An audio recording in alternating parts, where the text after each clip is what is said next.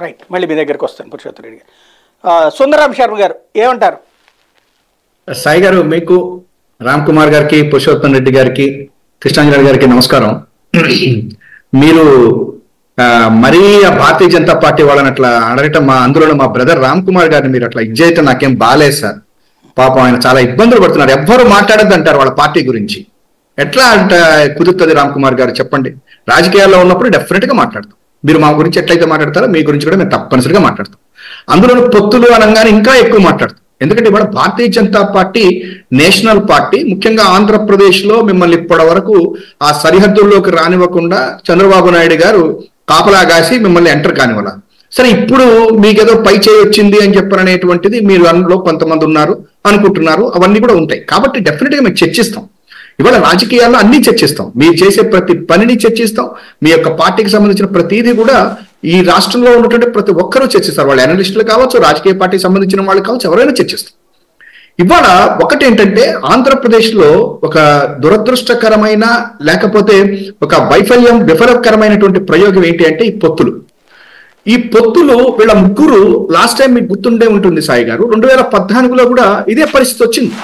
అయితే అప్పుడు ఏంటంటే దాన్ని ఆ ఎలక్షన్ మూవ్మెంట్ వచ్చేసేయటంతో సర్దుకున్నారు. పవన్ కళ్యాణ్ గారు ఏం చెప్పారంటే ఆ రోజున కూడా, నేను చంద్రబాబు గారికి క్యాన్వాస్ చేయను, మోడీ గారిని కలిసి వచ్చాను, మోడీ గారికే చేస్తానంటే సరే, తర్వాత వాళ్ళు లేదు బాబు గారికి కూడా చెయ్యాలన్నాడు.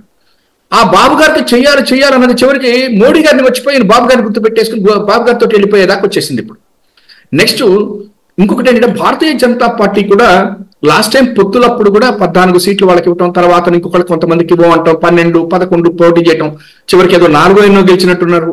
ఆ అభ్యర్థులను కూడా వీళ్ళే ఇచ్చారు. చివరికి ఆ మంత్రులను కూడా వీళ్ళే చేసుకున్నారు. ఇది వరకటి గతం అదే. చంద్రబాబు నాయుడు గారు ఎవరిని డిసైడ్ చేస్తారో వాళ్ళే వెళ్తారు, వాళ్ళే ఉంటారు. అందులో అసంతృప్తులు తృప్తులు అంటూ ఏమీ ఉండదు. మొత్తం అది వన్ వే ట్రాఫిక్ అనమాట. చంద్రబాబు గారే బీజేపీ, చంద్రబాబు గారే ఇంకొక పవన్ కళ్యాణ్ అదే రకంగా పోయారు.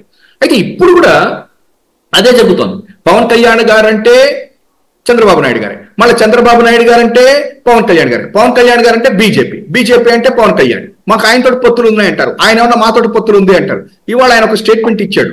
ఏమనంటే, అసలు టీడీపీ అంటే బీజేపీ వాళ్ళకి ఇష్టం లేదు, కానీ నేనే వాళ్ళిద్దరిని దగ్గరుండి లేదు నేను ఆల్రెడీ కలిసి ఉన్నాను, వాళ్ళతో బాగుంటుంది ఏదో అంటారే, శోభన్ బాబు గారి సినిమాలు వచ్చేవి ఇదివరకు, ఆయన పక్కన ఇద్దరు అని చెప్పని, ఆ రకంగా మనకు పోదాము అని చెప్పి నేనే లాక్కొస్తున్నాను అని చెప్పని ఆయన చెప్పాడు. కాబట్టి ఇవాళ రోజున భారతీయ జనతా పార్టీలో ఇక్కడ ఉన్నటువంటి వాళ్ళు మాకు హైకమాండ్ అన్ని చెప్తే మేము చేస్తుంటాం, మాదొక జాతీయ పార్టీ అంటే నేనేమని చెప్తానంటే, మీది జాతీయ పార్టీ కరెక్టే కావచ్చు, కానీ ప్రతిదీ